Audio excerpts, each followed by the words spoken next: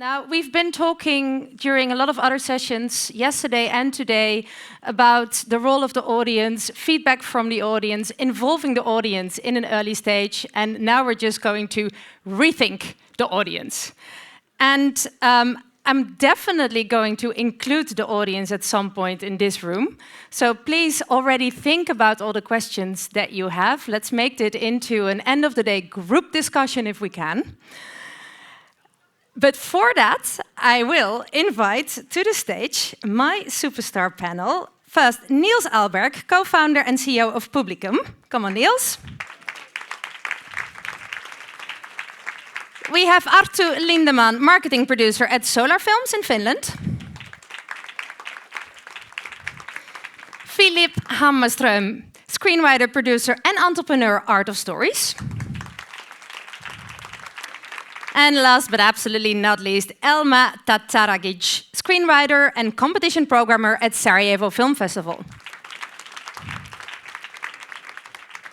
And before we start, I also have to say that this is in collaboration with Kulturakademin and the European Writers Club. And the logo there is wrong. It is not European Producers Club, it's the European Writers Club collaborating on this panel.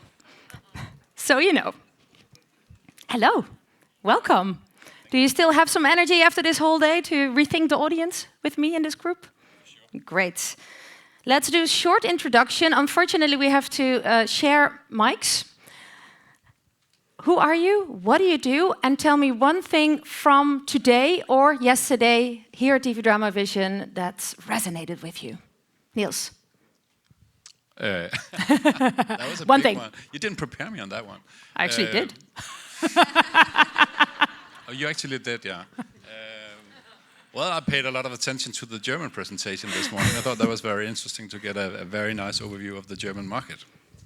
That meant closer to the mouth. And who are you? That meant talk like this? Oh, talk like this. Like an ice cream, but don't lick it. Yeah. That's the best way to hold a mic. You said to me before, you are aware that you had 32 slides, so I think I will explain a little bit who I am. But we are based in Copenhagen. We work with the audience research and design for that. Fantastic. Arttu, over to you. Hi everyone, my name is Arttu. I'm from Finland. I'm a true newbie in this business. I have my own history in being a creator myself, and I have a new metal band in Finland, which is awesome if you ask me.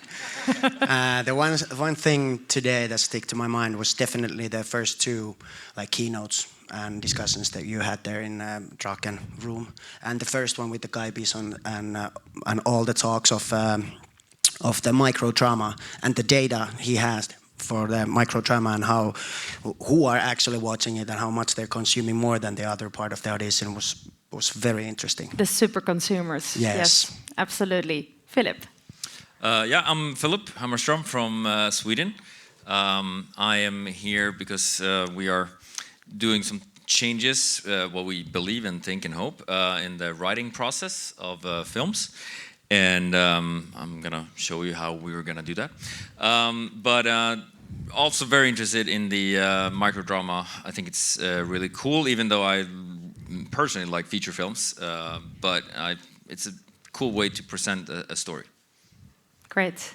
Elma. Hi everyone. Hi, I'm Elma from Sarajevo. I've been with the Sarajevo Film Festival since its beginnings, but I'm also a writer for films. And when I have a chance for television as well and for TV content. And yes, there were a lot of interesting things, I must say, inspiring things, starting from the feedback from yesterday. And today, the whole day was quite challenging, exciting, and I'm coming back home with a lot of interesting things to think about. Great, we're not done yet though. No, well, soon. So let me tell you a little bit about the structure of this panel. Three of you brought super interesting slides, case studies, new tools, and I think it's fantastic that we can actually make all of this audience testing in an early phase, but also bringing in the audience in a different way through creators, very concrete. But I'm also mindful that I want to have a proper discussion with all of you and the audience. So I decided to get all the slides and the trailers out of the way at first, and then we can just talk. Hopefully that works. And Niels, it's up to you first. Okay. Please tell us about PUBLIKUM Sure. and what you do. All right. Yeah. And We will sit in front of the slides a little bit, but you can see them there. All right. Let's see. No? Yes. That seems better. Yeah. Is it showing? Is it Not showing? yet. So no. Okay. It's very comfortable just waiting. There we go. We're here. Okay. You can see it there. Thank you so much. I'll try to do this quickly. We work with what we call AI enhanced anthropology, which means that we're using a bit of technology and an anthropology to build insights that can help both inspire artistic ambitions and commercial strategies in film and TV projects. We are based in Copenhagen. We've been working for the last 5 years with this project and has helped more than 150 projects all across Europe, mainly 12 different countries. The normal projects that we're working with are combining quality stories with broad ambitions. By the way, as you see in the bottom of this slide, I put in the right logo for the European Writer Club. Yeah, absolutely. In honor of Thomas and Susanne sitting down there. So I'm going to tell a bit about the tools in a second, but just a few words about AI-enhanced anthropology, because I know it's kind Because what does it mean? Yeah, exactly. What does it mean? It means that you use a bit of technology basically to enable anthropologists to know more in details and with nuances. But it also means that it's a system working with supporting humans is not something that just outputs something that is, a very, very hardcore conclusion on what to do. So what we do when we collaborate with writers and producers or distributors, sales, often it's very early in development, it is to really come up with not conclusions, but reflections from data. Yeah. And the type of data that we use is basically 3 different things. We gather input for the story, we look into the zeitgeist basically for cultural relevance, and we are looking into references from film. I put it into a very boring scheme, so you can see how it fits together. So the story input is harvested directly from the audiences based on what we call mobile ethnography. So that's audience data. The zeitgeist, we use a platform called ThemeCrawler, basically running AI-driven semantic analysis to really look into what word of mouth potential is in the project. Yeah. And the references is a platform called Plot Bounce, where it's based on logline testing basically and film and TV data in collaboration with IMDb to see how we can make it easier to take a decision about watching the content as well. Right. Do you have questions or you want me to go on? No, I think you're going to make it more concrete, right? Like what this actually means. Yeah. Just a very quick example of each of them. I'm going to skip like the actual case stuff just to explain how it works. Basically, this works with what we call people, which is very old school and pretty normal to involve. We have like people like in this case with Cologne 75 involved from America and Germany. In this case, we have 8,000 people we can invite. Normally, we'll have a good sample of 30, 40 people. So it's really big focus groups. I hate the word focus group, so it's not a focus group. The people here never meet each other, which is a big difference. But they participate for a week. They're getting input from a lot of different sources. Never sent them the full script, but we record videos together with the filmmakers. So we ask the question that the filmmakers are in doubt about. They input, so we get for every project, we get around 500 qualitative responses. It comes into this platform, and we can then sort America, Germany, men, women, non-binary, whatever, and try to understand more structured what the feedback is on characters, scenes, themes, and so on. And this is early stage, right? This is in script phase. This is script phase. Yeah. Okay. It can be used for later purposes also of testing, but we do it primarily in script stage, yeah. Right. In this case, for looking for, is it like a film that drives fascination or identification mainly. Skipping to the next one, not to steal too much time. This is a tool we call a ThemeCrawler, so it's basically scraping online discussions about the themes in a story to, as I said, work with the idea of creating a word-of-mouth potential to see how people think about the topicalities in the film already. This is a project with Dust that is going to be actually in the main competition in Berlin very soon, where we looked at how people talked about the business fraudster, which is the characters in there. We build search strings to listen into really broad conversations that looks like this. Pretty nerdy. I'm not going to go through every single word. Please not. But this is basically, to make sure that you're listening to conversations that are relevant for this. We then select the conversations that we know based from the vision and the intention in the project that we need to talk about. In this case, it's like 5 different conversations from anything about value systems and moral and so on. And lastly, plot bounds, which is our latest tool, and it's the first edition actually of film and TV data. The other 2 elements are just working with audience input and societal data. So this one works with a bit of data from the past, I would say. First time we started working with log lines really systematically like this was when we helped the Julie Keeps Quiet project out of Belgium.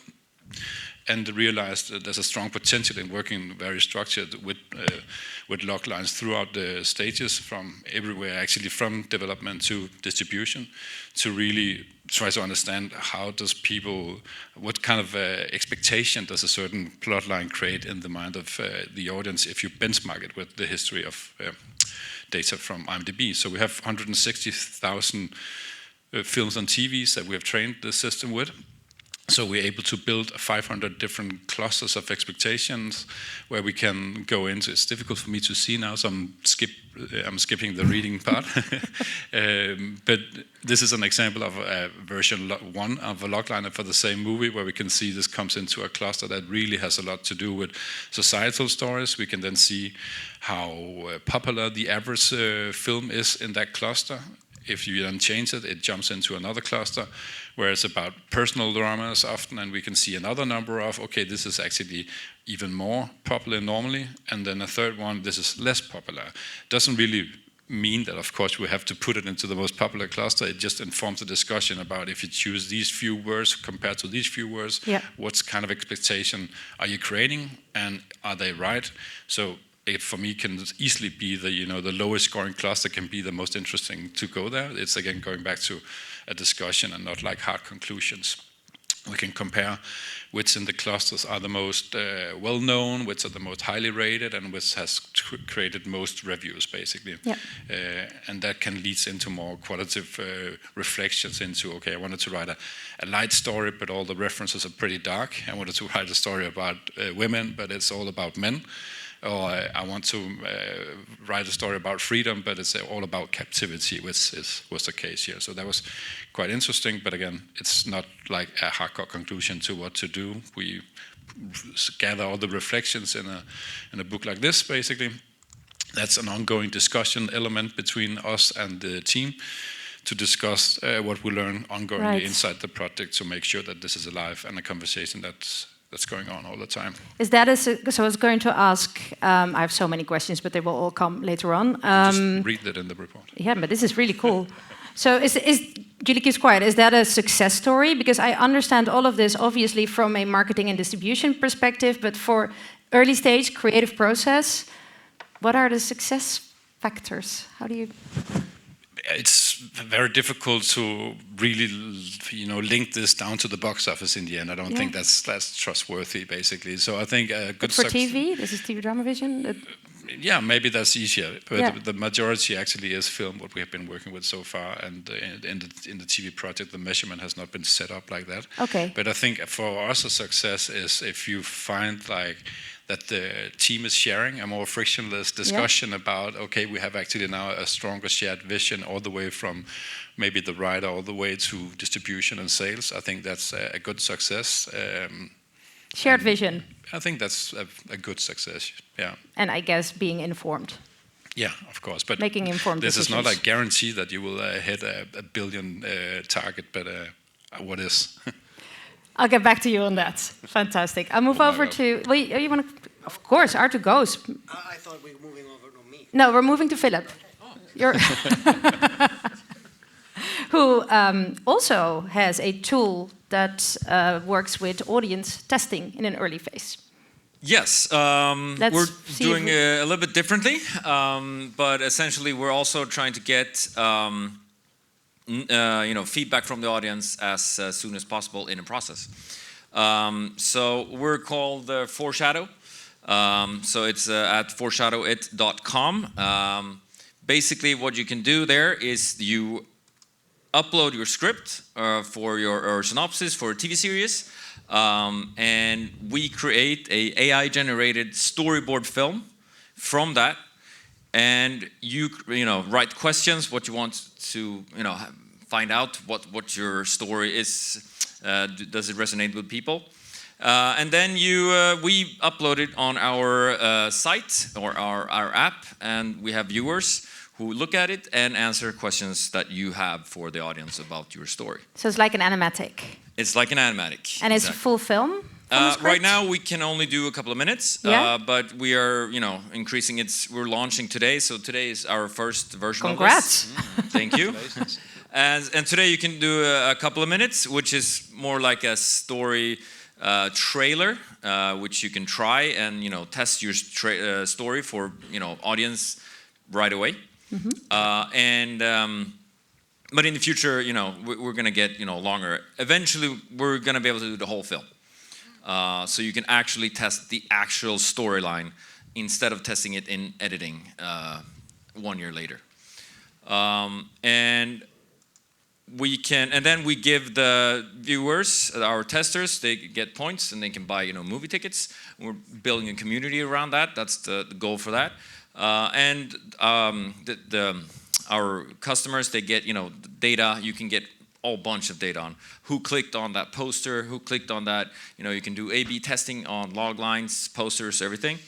And you can of course use the film later, which is how I started as a writer. I did this film and I was like, oh my god, I should just edit that right away. So it was really good for a writing process because I was in the editing room, way earlier. And we chose sketch films because we don't want the audience to feel like they're watching the movie. They're watching a prototype of the movie. So you don't want to have actors, or because that's the job of the director to film that, the way they want to do it. So it's just a camera prototype. movements and lighting and all of that is not part of it. And we can do, at the moment now we're only doing like kind of one style, but we can definitely do in the future different styles of the animations. And we want them to focus on the story mostly, but also setting the concept, just the whole film basically. And is both for film and TV? Yeah. We can do microdramas. We can do anything. Then you can do the whole thing basically in 2 minutes. So we can show a clip. This is a really short clip of how they look. Thomas Anderson is a software programmer by day and a hacker known as Neo by night. He is troubled by the feeling that something is wrong with the world. Neo's search for answers leads him to the underground hacker community. Yeah, really quick. We don't have time for more. But you can do that. So you uploaded the script of The Matrix? Yes. And then we give a suggestion of a voiceover for that version. And then you can rewrite the voiceover and do whatever film you want to put out there. But we help you along the way to easily create this film for you. But then we show it to people. Right now we have 30,000 people who can watch these, and they're all demographics, so we know age and everything. How do you get 30,000 people? It's through Filmstaden actually. Okay. So it's really good way, and they're all film interested people. They go watch films. So demographic, yes, but they're all very film minded. Yeah. I mean, most of them at least. Yeah. I don't know them all, but Not yet. Well, they go to the films. They go watch movies. You want people that are a potential customer. Yeah. And then we also have we have 30,000. We're gonna do a partnership with FrameSage and get some data from Opus Data, and then now we can actually have historical data with this new data of viewers. But also we can actually have test profiles, so we can people can tell us their IMDb profile or Letterboxd profile, and then we know what films they like. So we can say, everyone who likes horror films liked your film. So we can be very specific. Like your 5-minute Yes. trailer Yeah. animatic Exactly. Yeah. prototype of a film. Exactly. So and to me it was very important that we're not asking the audience what they want. We're showing, our vision, what we as a writer is trying to work out, and does it resonate with the audience? It's not always easy to have your story actually come across. That's the hard part about writing. It's a lot of times you're writing something and you think this is what you're writing, but the audience gets that. So it's really important that we're not asking what the audience wants. Is my story getting out there? Is there a lot of competition in this space? Because I guess the technology should be out there. Not right now. We're the only ones doing this right now. Okay. I haven't checked every homepage in the internet right now, but as it looks like, we're the only ones. Okay. So you can actually sign up right now and become a tester. We have some beta demos on there online now, but you can also request to become a customer. Fantastic. I also have a lot of questions for you eventually. Obviously. We'll take that later on, but now we're going to move over to Arttu. And I think we're playing a trailer first, but maybe you want to introduce it? Yeah, now we're going to see a trailer of a Finnish feature film called Cancel. And the film is about 3 YouTubers, which one of them he loses his phone. And there's lots of material in the phone that can't be going out to the public. Otherwise there would be cancel. So let's watch the trailer. No mä kelasin, että me oltais voitu lähteä tänään silleen kunnolla. Tyyli ei saa sanoa ei. Tätä ei sit oikeesti voi julkaista. Ei tietenkään.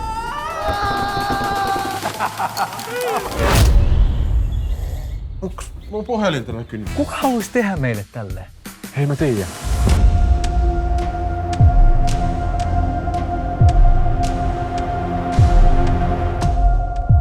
Se oli toi. Tää salaliitto menee syvemmälle kuin mä uskoinkaan. Siis, eikö sulla oikeesti ole boksereita? No mitä? Sä sanoit, että mennään kommandona.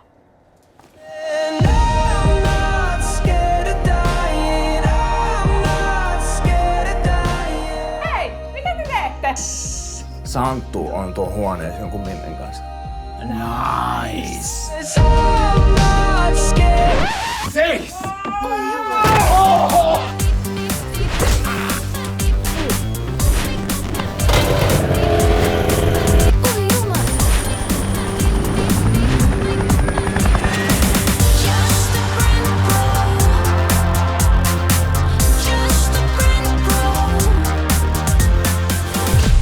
Tää ei oikeesti oo mikään pränkki.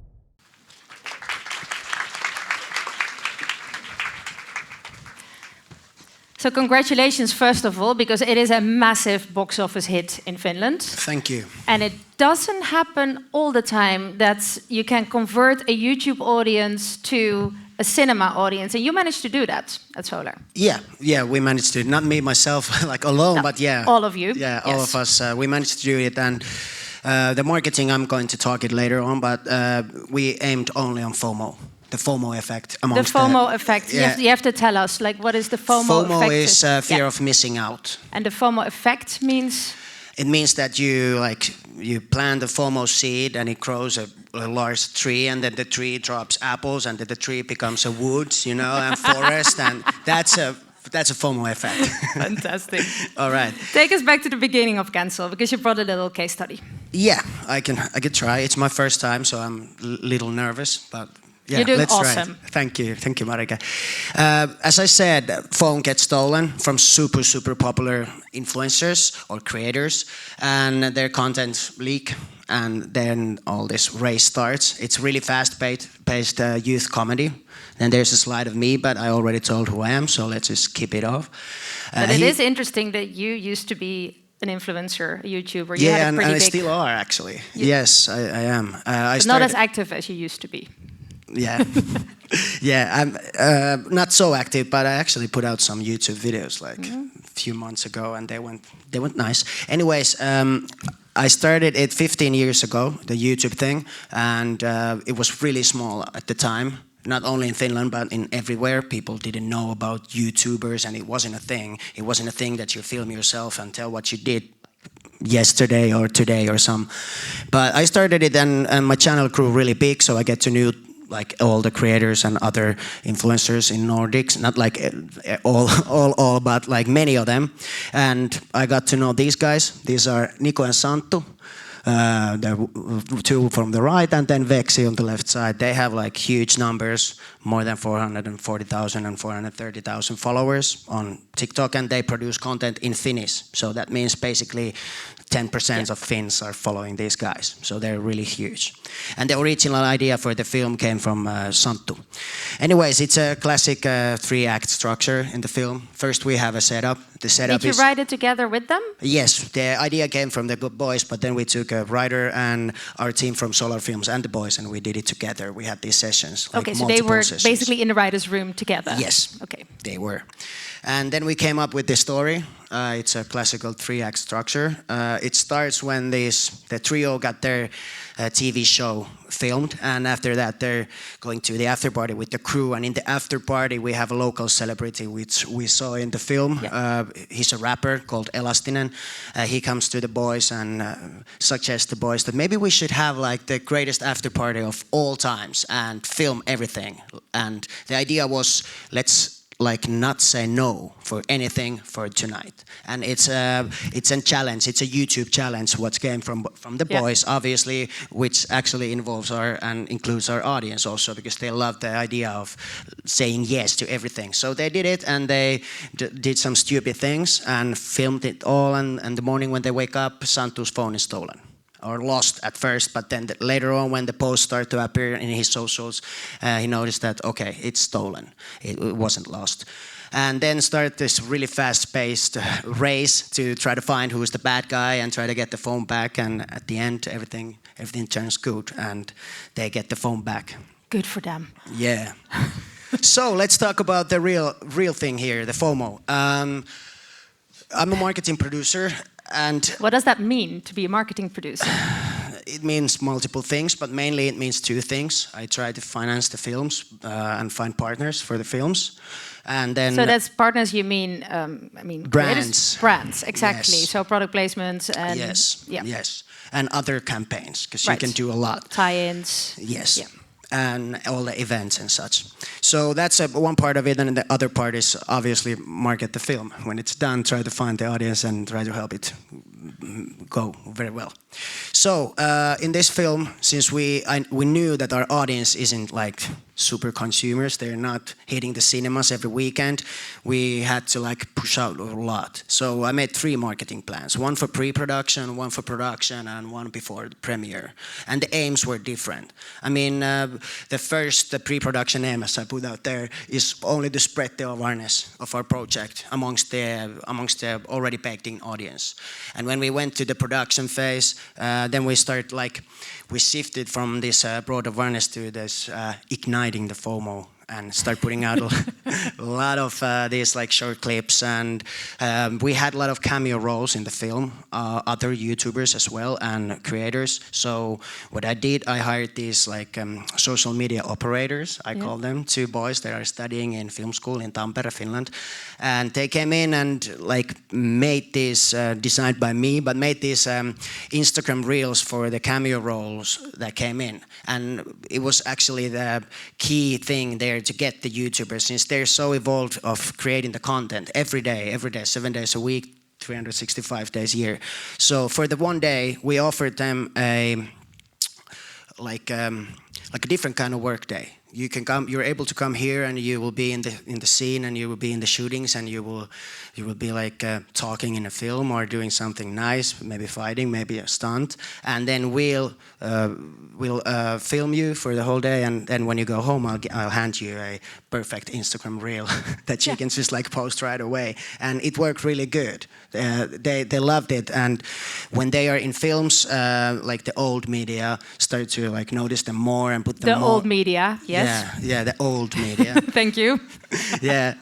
So So it means also that you weren't secretive about the process, right? Not at all. The film was announced from the start. Yeah. Well, I personally think that the mysterious era is over, like totally over. Yeah. Justin Bieber is the biggest pop star in this planet, and what he did before he put out his album this fall in October, in 2 weeks period of time, he posted 100 times of the album to his own Instagram profile, to the feed. You can go and look it out. It's over there. And the algorithms are like, you can't post too much, or you can't like ruin your audience or irritate them. It doesn't work like that. All the algorithms in the socials are working the same way. They're working the way that they want to keep the consumer in their platform. Because if I leave Instagram, I probably go to TikTok or YouTube or somewhere else. And so that's why all the algorithms works the same way. So you really need to go out and like push your stuff and do it again and again and again. If Justin Bieber had to do it 100 times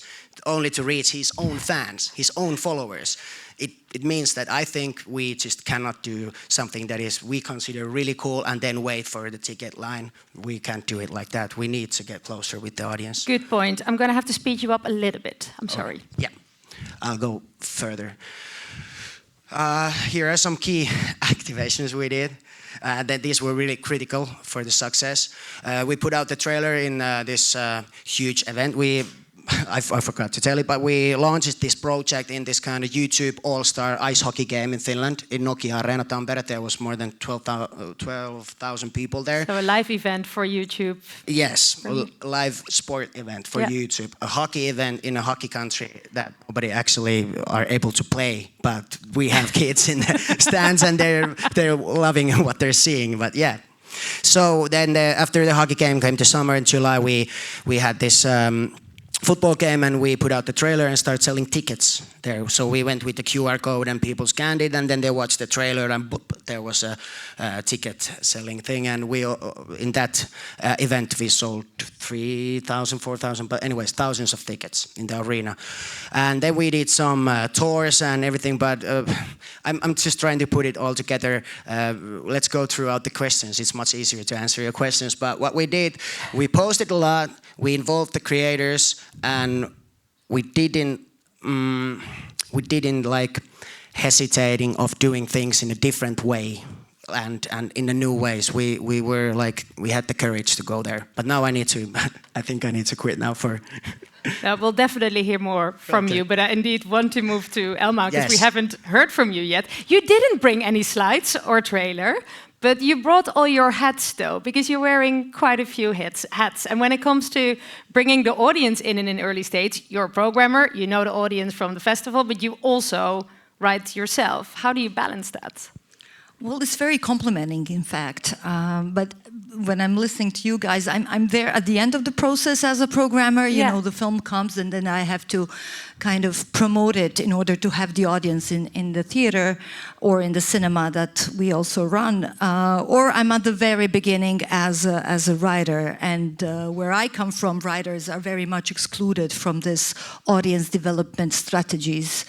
But would they want to be included? Is it something when you see all this that you feel like, I think as a creator, most of them do. Of course, not to a very detailed extent, because it's not possible. It's something that probably the producer is involved more. But we do that even in this old media, as you say, film or in the it's way. It's a language barrier. I'm no, sorry for the old media. It's perfectly fine. It's legacy media. The way it is. The newspapers.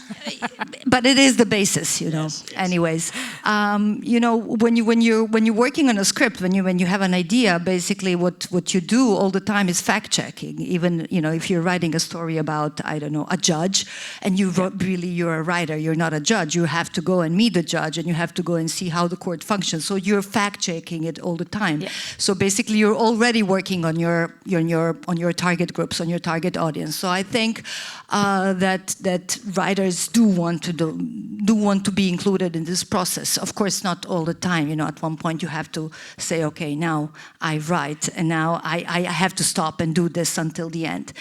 But now I'm involved in a project which is more complex. It's not connected to one producer. It's connected to a streamer. It's connected to a broadcaster. It's connected to several producers and showrunners.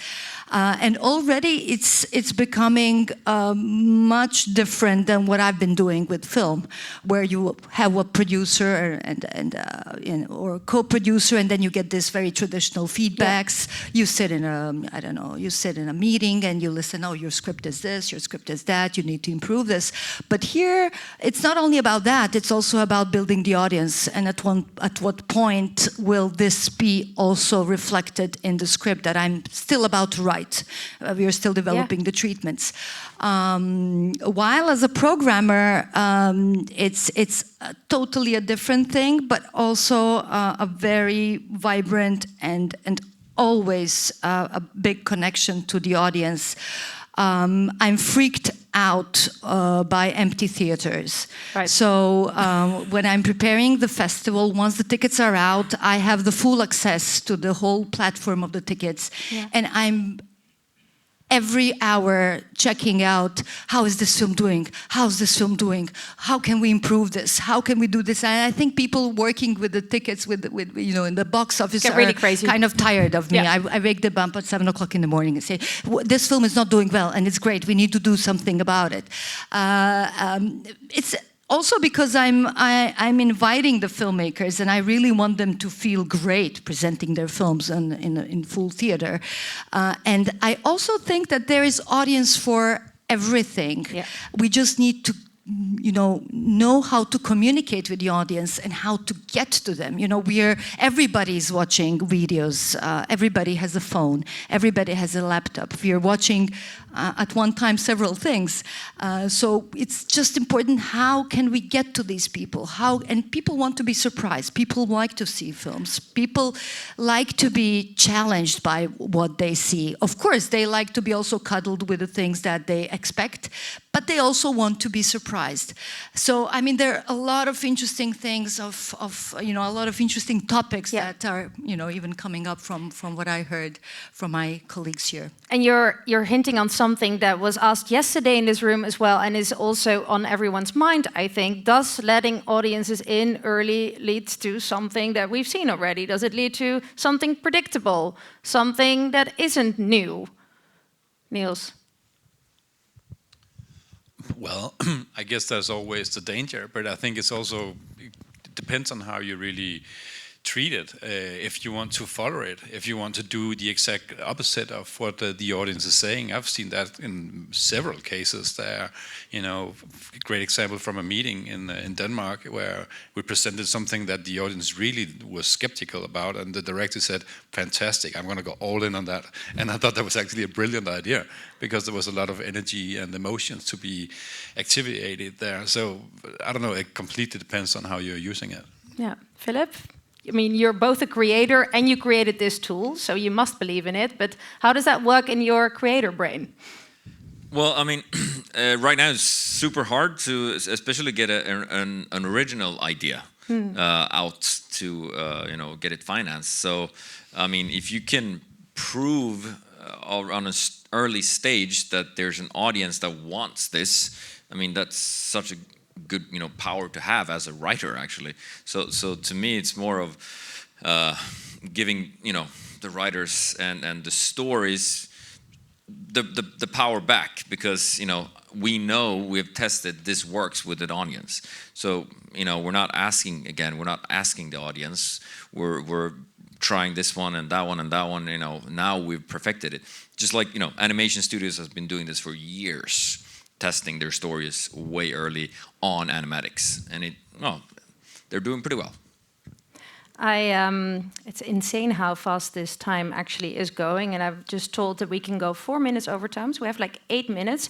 It is rethinking the audience, so I feel like I need to at least see if there's a question from the audience. Can I have some hands? Yes? No? Over here? Hi, I was kind of interested in how you prepare this, I guess this is mainly for Niels and Filip, how you prepare the viewers or the testers to view the footage that they give them. Because in order to get good feedback, you need to have testers who are prepared to see things that are not a finished film or a finished product, but something a little bit different, but still be able to engage with it as if they see the vision of what it can become. So how do you prepare them for that? Our site and the app is, the whole style of it is actually trying to look very prototypey. So for us, it's as soon as you go into the site, you're in a prototype. So it's I really wanted them to feel like this is super early, and these are films. It looks like a regular streaming app actually, but everything is black and white, and it's for us it was really important to set the audience or the testers in that sort of, I'm watching a prototype. I'm going into a writer's room right now, and I'm watching that. So from the whole aesthetics of the site, that's what we try to prepare them. So you're right, that is something that was important to us. There's a question over there. Hi, I also have a question to you, Filip. Do you have any insights on the cost of the for customers? And the other question is there an opportunity or this possibility to, to advertise your film in the app, for the users? Yeah, the costs are. We haven't really set the exact cost yet, but it's way cheaper than the testing is right now. I mean, we can get 200 people watching your film in a couple of hours, probably a day, and it's going to be a lot cheaper than what you've been doing before. So I don't want to say any numbers, but not that bad. And then, sorry, what was the second question? The opportunity to... Oh, yeah. Okay, so actually, an idea we have when we have longer films is we can do. So let's say there's a poster, and you select the poster. You want to watch that film, but we actually have a trailer for another film ahead of that, just like when you're at the movies. We can have you can have a commercial of your film on another film to get that fast input. So maybe you don't want to collect the. Maybe someone didn't select your film and poster, but you can still, get in there. But also we can definitely, if we want, if no one is selecting your film, we can definitely put it up and in like. I mean, like when for instance, I didn't use the app as a customer, but I have a finished series TV show, and I have my audience is like people loving a superhero genre. And then, I want to reach those people in the app. Okay. So you want to make? Oh, okay. Well, yeah. Well, of course. Hey, if you want to put ads on our site, lovely. No, but of course we can add. You can actually test your trailer for that film as well. So you can put it doesn't have to be animatics that we put up. We can test editing. We can test posters, real trailers. We can do A/B/C testers. This trailer was so much better perceived than that one. So we can do not only animatics. We can do, of course, regular films as well. So yeah. It's a. He doesn't know yet. They're writing. How they write what? Well, you ask the question that you want to answer in the app. So the consumers here, they write. I want to know if the story. Do they understand the story? Did you get the villain's perspective of it? Whatever answer you want to have, you can just write that, and it will be multiple choice or whatever. You can select how you want the answers to be answered. Well, at least people seem to be interested, so that's good. I'm gonna ask one closing question, and that is indeed in line with what you also asked. What about budget? Right? Because yes, we need to start with audience development in an early stage. What if I'm a producer and I have 10,000 euros for audience development? All of you, how much should I spend, and on what should I spend it? I'm from Finland, so I'm talking in the Finnish. And in Finland, you should definitely put the money to the script, because we need good scripts in Finland. But from a marketing producer. Yes. And then along the way, just like you can do it. You can like start getting know your audience. You can go and look under the hood. And what I would do if I would start it, and I don't want to like turn myself into the creator myself or something. I'd go and read the comments, listen to conversation, go to the forums, do the work, put the hours in before you go to these guys and buy it. Like with But the then really cheap price. we need Arttus. We need to hire Arttus then. Yeah, probably. But you have Arttus. You have Arttus in all these gymnasiates and high schools in all of the countries. You just need to find the right ones. And I've heard that they are struggling to find jobs. So maybe there's an opportunity. Good point. Anyone? I think you need to invest more in both. I think it's a little bit out of balance what you invest in scripts already, so I completely agree to that, but it would be stupid of me to say not invest in audience research as well. But I also think it's a wrong comparison, actually, always to compare this with something, should I do this or should I put more into the script? But we need to start somewhere, so we... Yeah, but you don't need to stop there. That's more the point. You shouldn't be comparing this to what you do when you write. You should be comparing this and considering this as something you have to do all the way through all the stages, and not only always compare this to script writing. I think the comparison is wrong, basically. Okay. Point taken. Philip? Well, I mean, the US, Hollywood does a lot more testing. I know that in the early stage, I think it's about 5 to 10% of the budget they're putting on that.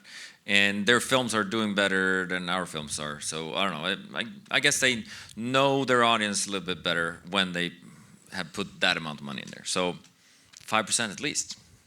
Elma, any closing words from a small country? It's obviously all about the money. You know, where I come from, nobody has the money to think about this. But obviously, it's time. It's time to start thinking about the audience. It's time to start rethinking the audience. Fantastic. I wish we had an hour more. I think you can all talk to them at the drinks around tonight and continue this discussion. Please help me give a hand to my amazing panel, Niels, Arttu, Filip, and Elma. Thank you.